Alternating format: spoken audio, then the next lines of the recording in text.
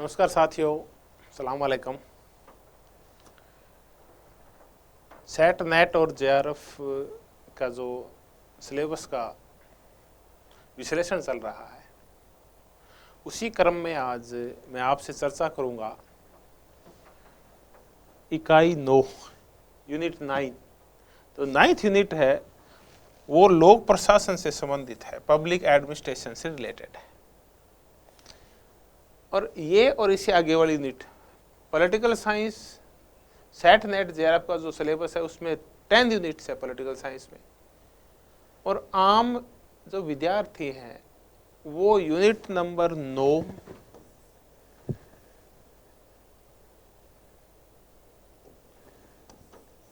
और unit number 10 इन दोनों को अवॉइड करते हैं, इनकी अवहेलना करते हैं।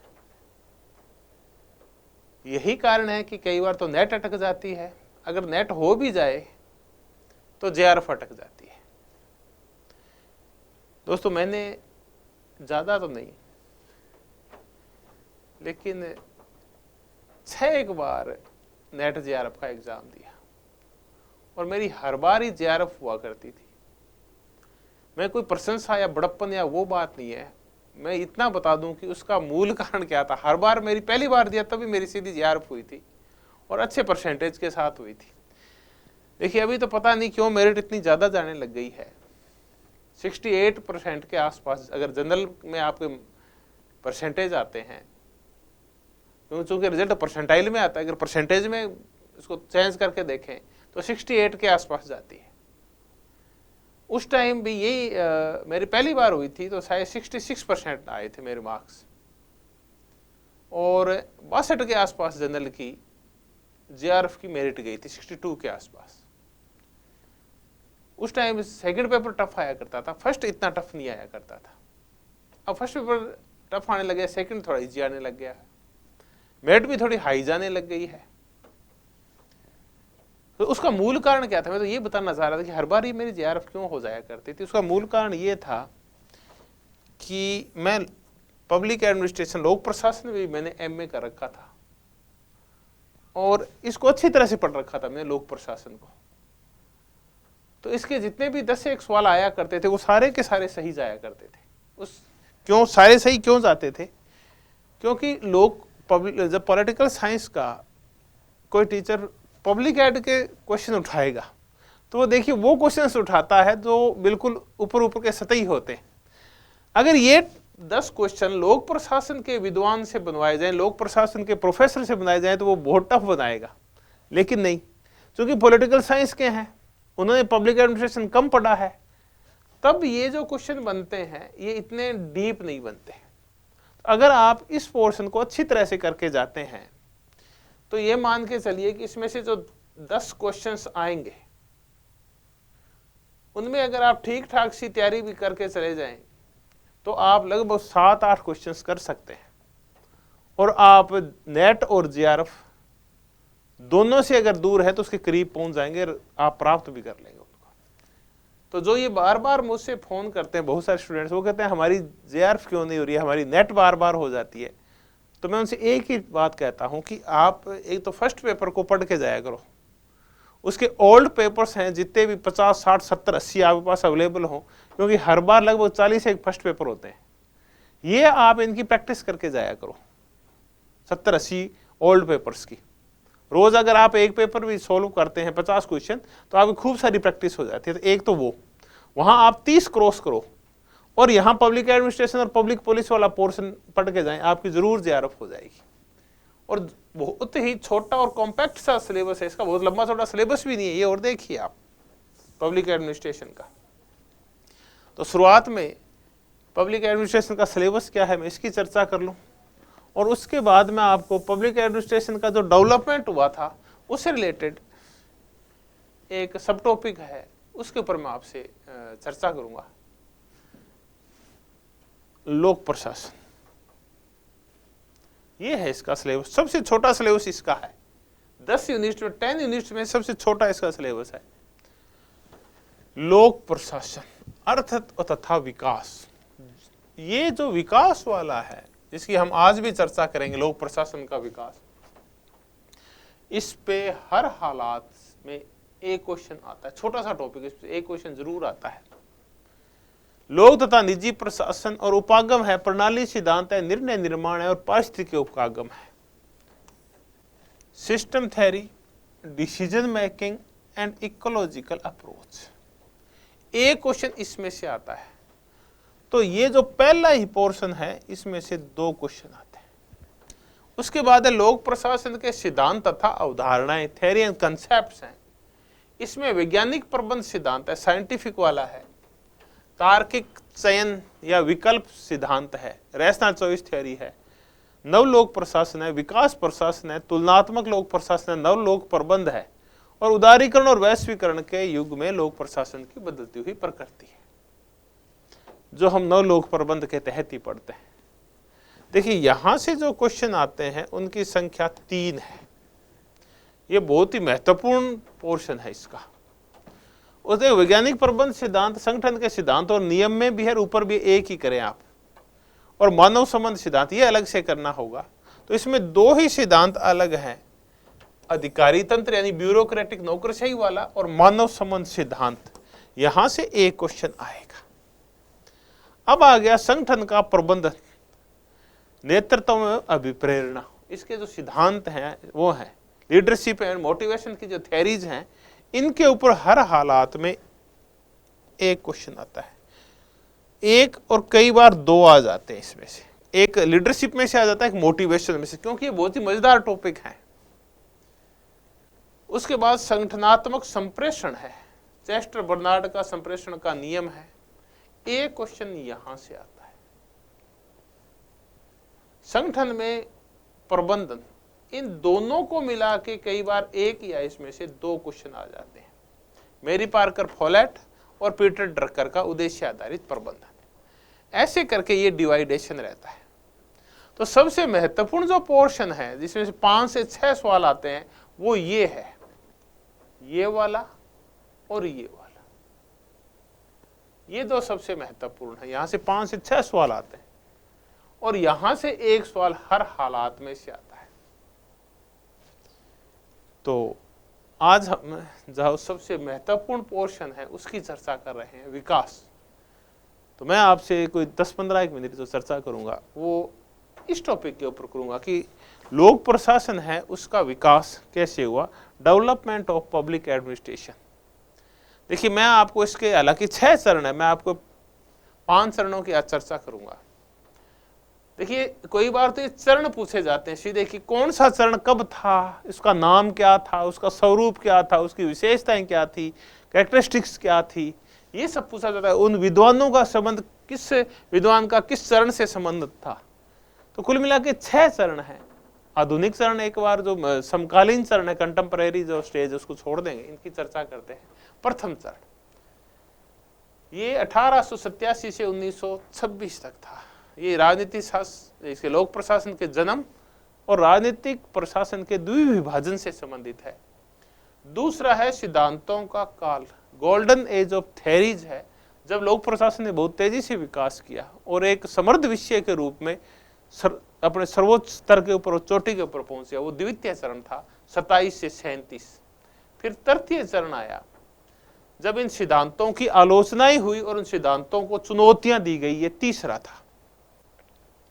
तत्पश्चात ये चतुर्थ चरण आया 48 से 70 तक, ये थी स्वरूप की संकटावस्था। अब लोक प्रशासन जो एक विषय के रूप में स्वायत्त रूप धारण किया था उसके ऊपर अब संकट आ गया है, विद्वानों का पलायन शुरू हो गया। और पंचम चरण है 70 से 91 तक, ये अंतर विषय और परिपक्वता का काल है। अब सब्जेक्ट मैच्योर हो गया, इंटरडिसिप्लिनरी हो गया था। तो ये पंचम चरण था। तो मैं आपको किस विद्वान का संबंध किससे था और हर एक चरण की विशेषता क्या थी, मैं आपको ये करवाऊंगा। अभी व्यापक चर्चा तो फिर कभी जब क्लास चलेगी व्यापक तब करेंगे अपने ऐप के ऊपर। आज बड़ी बड़ी चर्चाएं इस संदर्भ में कर लेते हैं। प्रथम चरण 1887 से 1926 तक। अब लोक प्रशासन का जन्म हुआ और राजनीति और प्रशासन का द्वैतवाद ये है। और इस संबंध में 3 विद्वान महत्वपूर्ण हैं और उनकी चर्चा कर लेंगे। कि पहले विद्वान बताऊं फिर इस चरण की विशेषता बताऊंगा। इस चरण के एक विद्वान है, वो है वुड्रो विल्सन।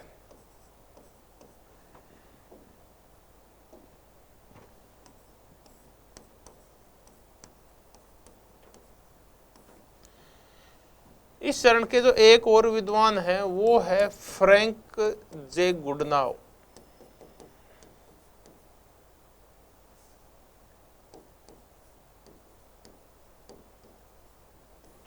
और इस चरण के जो तीसरे विद्वान हैं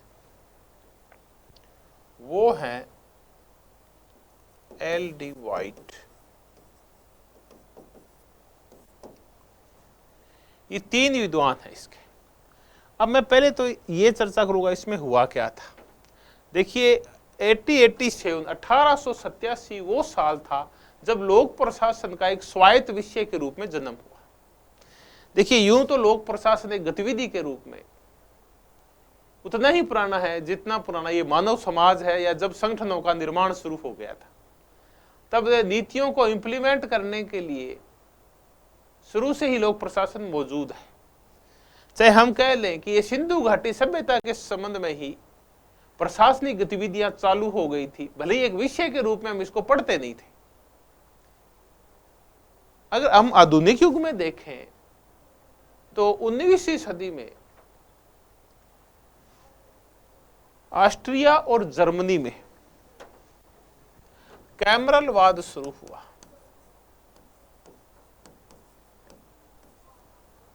कैमरलवाद का तात्पर्य है, ये जर्मन शब्द है, इसका तात्पर्य है प्रशासन ही है। तो जर्मनी में और ऑस्ट्रिया में वहां के जो नव प्रशिक्षु जो सिविल सर्वेंट्स हुआ करते थे, नौकरशाह हुआ करते थे, उनको इस कैमरलवाद के बारे में ज्ञान दिया जाता था, प्रशासन के बारे में ज्ञान दिया जाता था। तो कैमरलवाद का तात्पर्य होता है जर्मनी का प्रशासनिक विज्ञान। लेकिन वहां ये विषय प्रसिद्ध नहीं हो पाया और इसने कोई स्वायत्त और स्वतंत्र रूप धारण नहीं किया। ये विषय स्वतंत्र तब हुआ जब अमेरिका के प्रिंसटन विश्वविद्यालय के प्रोफेसर, जो बाद में 1912 से लेकर 20 तक यूएसए के राष्ट्रपति भी रहे, वुड्रो विल्सन, इन्होंने एक लेख लिखा, the study of administration.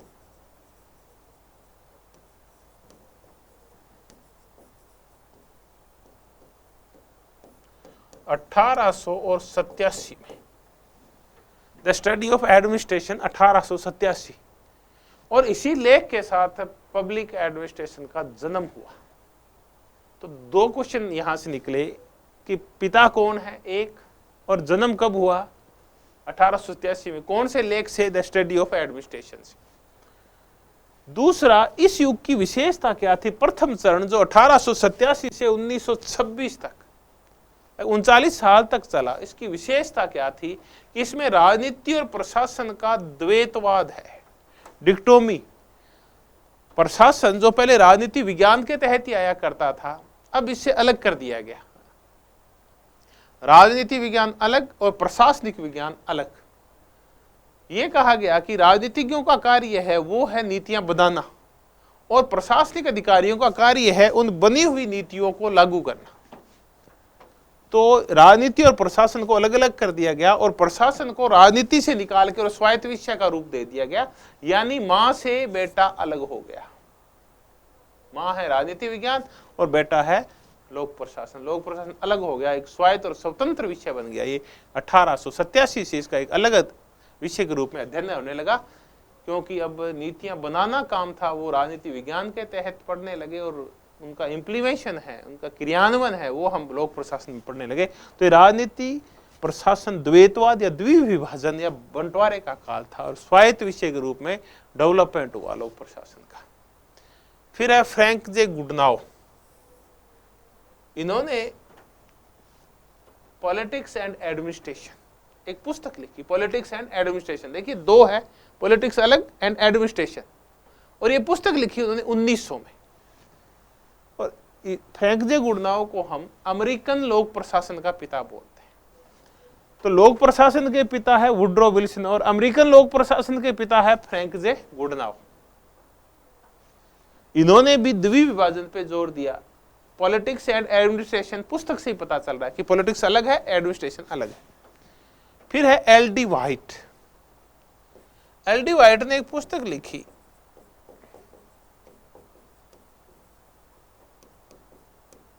An introduction of public administration.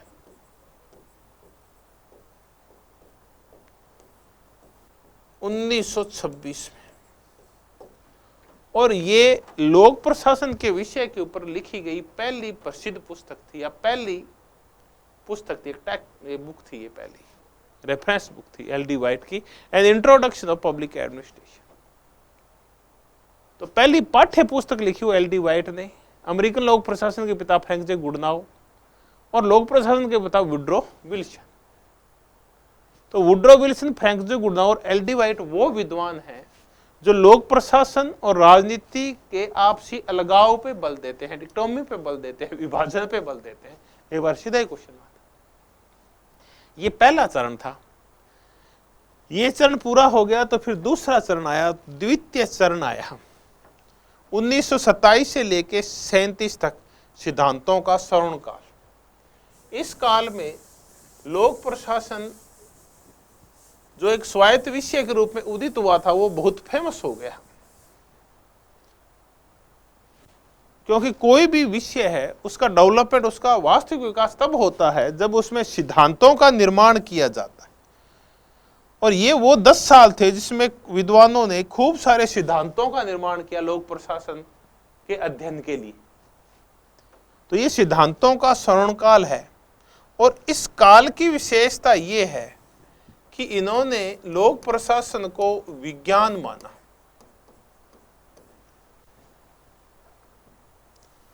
इन्होंने औपचारिक संगठन के ऊपर बल दिया।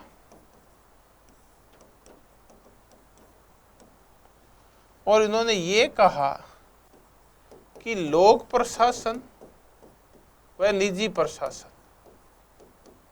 दोनों एक है। मैं पब्लिक एड और पॉलिटिकल एक नहीं है, बल्कि लोक प्रशासन और निजी प्रशासन। आप अगर कोई फैक्ट्री का संचालन कर रहे हैं, आप किसी निजी संगठन का संचालन करें, चाहे आप लोक यानी सार्वजनिक यानी सरकारी, तो आप चाहे कोई सरकारी संगठन देख रहे हैं चाहे निजी संगठन देख रहे हैं, इनका प्रशासन एक ही तरह से होता है। इन्होंने मनुष्य को गौण माना और यांत्रिक दृष्टिकोण का विकास किया कि अगर हम सिद्धांतों का निर्माण कर दें, नियमों का निर्माण कर दें, तो उसके बाद संगठन में काम करने वाले व्यक्तियों की मुश्किल नहीं होती, वो उन सिद्धांतों और उनके नियमों के अकॉर्डिंग ही चलते हैं। यानी जैसे घड़ी की सुइयां चलती है, वैसे मनुष्यों को भी नियंत्रित किया जा सकता है। तो ये विज्ञान बनाने में इनका मुख्य योगदान था। तो ये था सिद्धांतों का स्वर्णकाल, जब बहुत सारे सिद्धांतों का निर्माण किया गया। तो विशेषताएं पूछ ली जाती है कि जो सिद्धांतों का स्वर्णकाल आया, जो दूसरा चरण आया, उसकी विशेषताएं क्या थी। तो ये इसकी विशेषताएं थी ये सारी। अब कौन से विद्वान थे जिन्होंने सिद्धांतों का निर्माण किया? तो इसकी जो शुरुआत हुई वो 1927 में हुई, 1927 में। F.W. विलोबी, इन्होंने एक पुस्तक लिखी, प्रिंसिपल्स ऑफ पब्लिक एडमिनिस्ट्रेशन, लोक प्रशासन के सिद्धांत। वहीं से इसकी शुरुआत होती है इस काल की, 1927 से प्रिंसिपल्स के ऊपर ही किताब लिखी।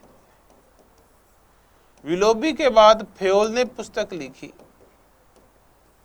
Industrial and general management. उसके बाद पेपर्स ऑफ एडमिनिस्ट्रेटिव साइंस आई, लूथर, गुलिक और उर्विक की। उसके बाद आए मूने और रेले।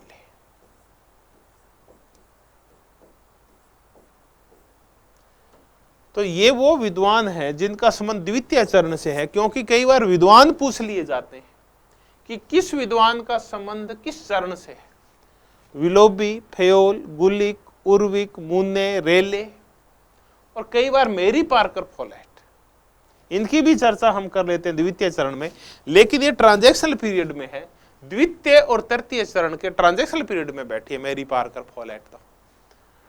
तो पहले चरण के विद्वान थे वुड्रो विल्सन, फ्रैंक जे गुडनाउ और एल.डी. व्हाइट। दूसरे चरण के विद्वान थे जो प्रशासन को एक विज्ञान मानते हैं और लोक और निजी प्रशासन को एक ही मानते हैं और सिद्धांत निर्माण के ऊपर बल देते हैं। ये कहते हैं किसी भी संगठन और प्रशासन का संचालन है कुछ सिद्धांतों के अकॉर्डिंग किया जा सकता है। जैसे गति के कुछ नियम हैं, वैसे ही संगठन के कुछ नियम होते हैं, प्रशासन के कुछ नियम होते हैं और प्रशासन को नियमों के अकॉर्डिंग चलाया जा सकता है। ये था दूसरा चरण। अब आगे के चरणों की चर्चा चलते हैं। तीसरा चरण आया तो उसने दूसरे चरण के जो विद्वान थे उनके सिद्धांतों की आलोचनाएं की। उन्होंने कहा कि इन विद्वानों ने जो सिद्धांत दिए हैं ये एक दूसरे के ऊपर ओवरलैप करते हैं और ये हर स्थिति में लागू नहीं होते। जबकि द्वितीय चरण के विद्वान गुलिक, फेयोल, उर्विक कह रहे हैं चाहे कोई सा ही देश हो, कोई सा ही काल हो, हमने ऐसे सार्वभौमिक सत्य खोज लिए हैं, हमने ऐसे निरपेक्ष सत्य खोज लिए हैं, हमने ऐसे निरपेक्ष नियम खोज लिए हैं, हमने ऐसे निरपेक्ष सिद्धांत खोज लिए हैं कि इन्हें कहीं भी किसी भी स्थिति में लागू किया जा सकता है। लेकिन जब तृतीय चरण आया तो इसके विद्वानों ने यह सिद्ध करके दिखा दिया कि इनके जो सिद्धांत थे वो सिर्फ कहावतें और मुहावरे मात्र ही हैं, इन्होंने गाल बजाए हैं, वास्तव में ये कोई रिलेवेंट नहीं है, ये सार्वभौमिक नहीं है और इनके कोई स्वायत्त और स्वतंत्र अस्तित्व भी नहीं है और मानव का संचालन नियमों और सिद्धांतों के अकॉर्डिंग नहीं हो सकता, जैसा फेयोल, गुलिक, उर्विक, मुन्ने, रेले वगैरह कह के गए हैं वैसा। तो आलोचनाएं की गई, चुनौतियां दी गई। किनकी आलोचनाएं? इन सिद्धांतों की जो द्वितीय चरण में जो निर्मित किए गए थे उन सिद्धांतों, चाहे वो औपचारिक संगठन का सिद्धांत हो, चाहे वो कोऑर्डिनेशन समन्वय का सिद्धांत हो, चाहे वो यूनिटी ऑफ कमांड की थ्योरी हो, चाहे वो कंट्रोल की नियंत्रण का सिद्धांत हो, चाहे स्पान ऑफ कंट्रोल का सिद्धांत हो, इन सब सिद्धांतों को चुनौतियां दी गई, उनकी आलोचनाएं की गई। अब कौन से विद्वानों ने इन सिद्धांतों की आलोचना की, कौन से विद्वान है जो इस चरण से संबंधित है, तो उनमें जो प्रमुख विद्वान है वो है चेस्टर बर्नार्ड। चेस्टर बर्नार्ड की एक पुस्तक आई, फंक्शन ऑफ एग्जीक्यूटिव। देखिए पुस्तकें बहुत महत्वपूर्ण है। फंक्शन ऑफ एग्जीक्यूटिव, कार्यपालिका के कार्य। इस पुस्तक में उन्होंने एक भी सिद्धांत का वर्णन नहीं किया। तो चेस्टर बर्नार्ड इस चरण के जो सबसे बड़े विद्वान हैं वो है हर्बर्ट साइमन। इनको इकोनॉमिक्स के लिए नोबेल पुरस्कार भी मिला हुआ है, हर्बर्ट साइमन। तो द्वितीय चरण में जो सिद्धांत निर्माण किया गया था, हर्बर्ट साइमन ने एक लेख लिखा, प्रोवर्ब्स ऑफ एडमिनिस्ट्रेशन। प्रोवर्ब्स होता है मुहावरे या लोकोक्तियां। इन्होंने इनको सिर्फ मुहावरे या लोकोक्तियां मात्र कहा, प्रशासन के सिद्धांतों को। और बाद में इन्होंने एक केवल सीधा ही आता है, कौन सा विद्वान है जो लोक प्रशासन के सिद्धांतों को मुहावरे मात्र कहता है, ये मुहावरे मात्र हैं, ये प्राकृतिक भ्रांति है या ये लोकोक्तियां हैं। ये हर्बर्ट साइमन ने कहा है। हर्बर्ट साइमन ने बाद में एक पुस्तक लिखी, एडमिनिस्ट्रेटिव बिहेवियर, प्रशासनिक व्यवहार, और ये डिसीजन मेकिंग के ऊपर लिखी गई, निर्णय निर्माण सिद्धांत के ऊपर लिखी अत्यंत फेमस पुस्तक है। इसीलिए इसके लिए हर्बर्ट साइमन को बाद में नोबेल पुरस्कार मिला था। इस चरण के एक अन्य विद्वान है, वो है ड्वाइट वाल्डो।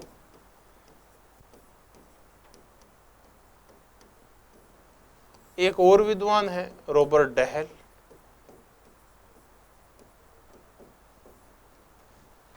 ये सारे विद्वान, बर्नार्ड है, हर्बर्ट साइमन है, ड्वाइट वाल्डो है, रॉबर्ट डहेल है, इन सब का कहना है कि द्वितीय चरण में जो कुछ कहा उसका उल्टा कहा इन्होंने। द्वितीय चरण में ये कहा गया कि लोक प्रशासनिक विज्ञान है, इन्होंने कहा नहीं लोक प्रशासनिक विज्ञान नहीं है। उन्होंने औपचारिक संगठन के ऊपर बल दिया, इन्होंने अनौपचारिक संगठन के ऊपर बल दिया। औपचारिक संगठन का तात्पर्य है कि संगठन के जो कार्मिक हैं उनको कुछ लिखे लिखाए सिद्धांतों के अनुसार संचालित किया जा सकता है। आप स्कूल के विभिन्न शिक्षकों के मध्य औपचारिक संबंध स्थापित कर सकते हैं, लिखित जैसे नियम है, प्रिंसिपल जैसा कहेगा शिक्षक सारा दिन वही करते हैं। ये कहते हैं ऐसा नहीं होता, शिक्षक अपने हिसाब से काम करते हैं, उनके आपसी इंटर रिलेशन भी होते हैं, उनकी आपसी दोस्तियां भी होती है, उनमें आपसी बंधुत्व भी होता है, उसको अकॉर्डिंग भी काम करते हैं। अकेले वो प्रिंसिपल के कहने से काम नहीं करते, वो एक दूसरे से बात करके भी काम करते हैं। तो इन्होंने फिर प्रशासन को विज्ञान नहीं माना, अनौपचारिक संगठन के ऊपर बल दिया। औपचारिक के बजाय इसमें अनौपचारिक संगठन के ऊपर बल दिया गया।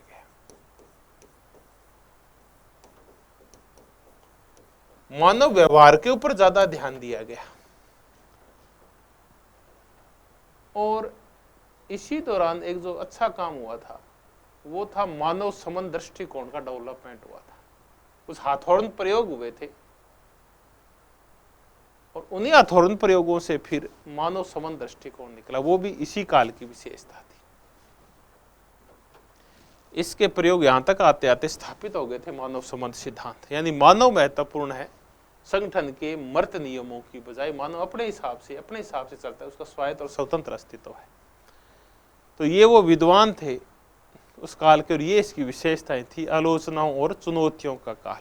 तो कई बार सीधा ही पूछ लिया जाता है कि प्रशासनिक सिद्धांतों को किसने मात्र कहावतें कहा है, या कहावतें मात्र या मुहावरे मात्र कहा है।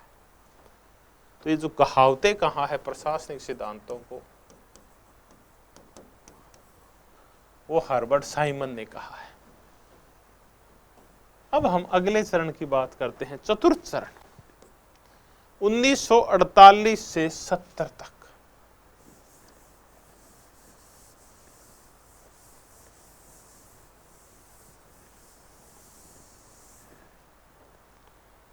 ये चतुर्थ चरण है, स्वरूप के संकटावस्था। इसका तात्पर्य है कि विषय के रूप में जो लोक प्रशासन ने बड़े बड़े कदम उठा रहा था कि मैं स्वायत्त हूं, स्वतंत्र विषय हूं, अब उसके सामने स्वरूप का संकट आ गया है। यानी एक विषय है या नहीं है, एक स्वतंत्र और स्वायत्त गतिविधि है या नहीं है प्रशासन, इसके सामने संकट आ गया। यानी सब्जेक्ट अब डूबने की कगार के ऊपर है और अपने अस्तित्व को लेकर संघर्ष कर रहा है, और उसका अस्तित्व संकट में है। संकट में है क्यों? क्योंकि सिद्धांतों की वजह से जब सब्जेक्ट तीव्र गति से आगे बढ़ा, उसकी इज्जत बढ़ी, वैल्यू बढ़ी, उसकी इमेज बिल्डिंग हुई, उसकी इमेज ध्वस्त कर दी तृतीय चरण के विद्वानों ने। और जब इसकी इमेज ध्वस्त हुई तो स्वरूप के सामने संकट आ गया कि सब्जेक्ट को रखें या नहीं रखें। अधिकांश विद्वानों ने लोक प्रशासन का अध्ययन अध्यापन छोड़ दिया और वापस लौट गए वो अपने मात्र विज्ञान राजनीति विज्ञान की तरफ। और कुछ विद्वानों ने जो लौटे नहीं राजनीति विज्ञान की ओर, उन्होंने प्रशासन का विज्ञान बनाया फिर।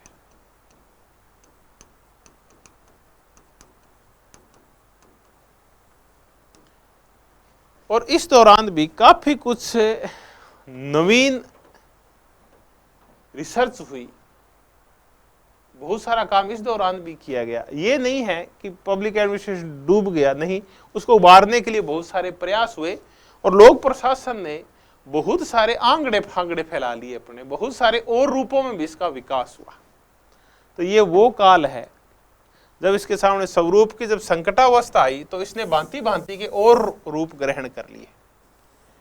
इसी दौरान डेवलप हुआ नव मानव संबंध दृष्टिकोण।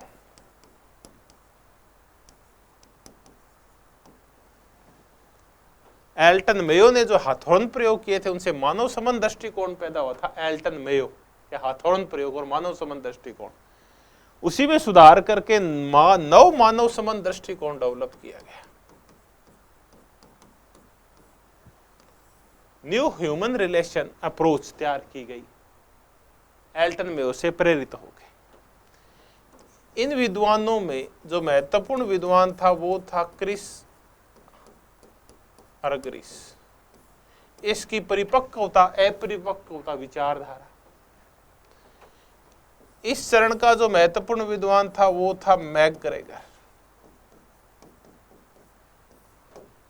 मैकग्रेगर का मोटिवेशन की एक्स एंड वाई थ्योरी। एक और महत्वपूर्ण विद्वान था अब्राहम मैस्लो। मैस्लो का आवश्यकताओं का सोपान क्रम, हायरार्की ऑफ नीड्स, आवश्यकताओं का सोपान क्रम।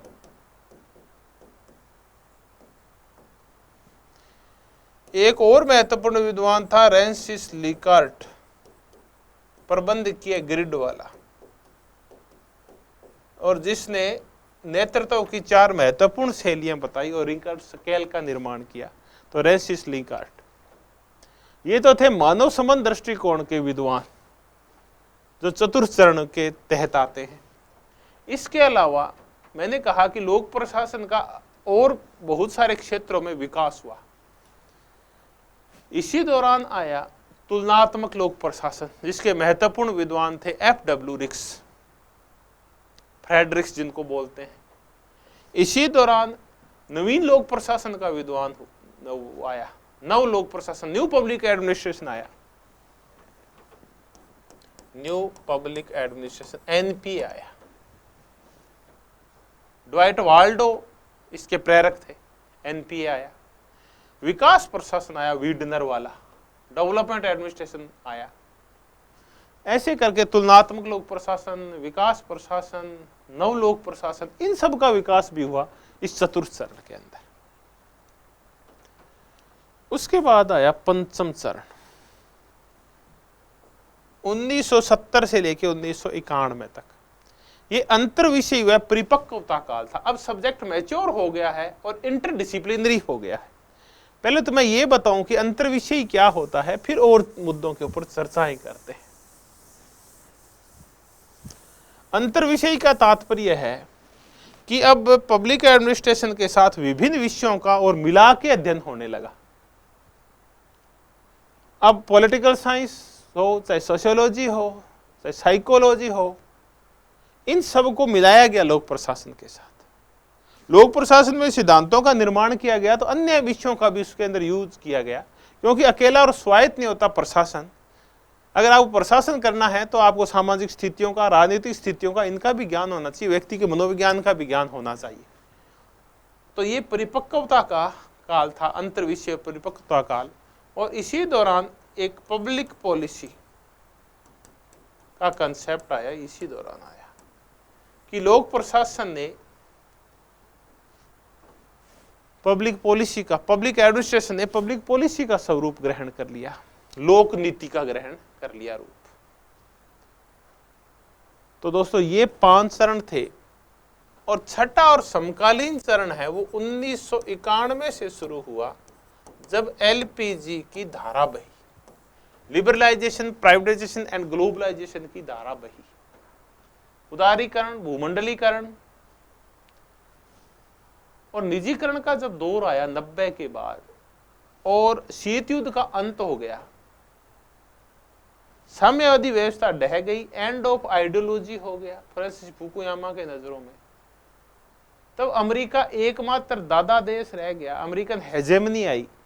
तब फिर लोक प्रशासन ने एक नवीन रूप लिया, और 1990 के बाद लोक प्रशासन का जो डेवलपमेंट हुआ वो मैनेजमेंट के रूप में हुआ, प्रबंधनवाद के रूप में हुआ, न्यू पब्लिक मैनेजमेंट के नाम से हुआ। अभी NPM क्या है, प्रबंधनवाद क्या है, ये गवर्नेंस क्या है, गुड गवर्नेंस क्या है, ये सारे कंसेप्ट इसमें आए, जिनकी हम चर्चा व्यापक रूप से फिर कभी करेंगे या ऐप के ऊपर करेंगे। तो देखिए ये जो डेवलपमेंट का चरण है, जिसमें हमने 10 से 15 विद्वानों के नाम याद किए हैं और विभिन्न चरण की विशेषताएं की है, और किस चरण का नाम क्या था, विशेषता क्या थी, और चरण कब से कब तक था।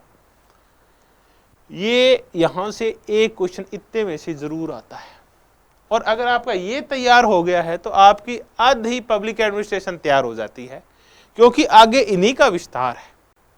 तो ये जो विकास वाला चरण है ये आप अच्छी तरह से कर लेंगे और इन 15-20 विद्वानों के नाम अगर आप याद कर लेंगे तो आगे आपको पढ़ने में कोई दिक्कत नहीं आएगी।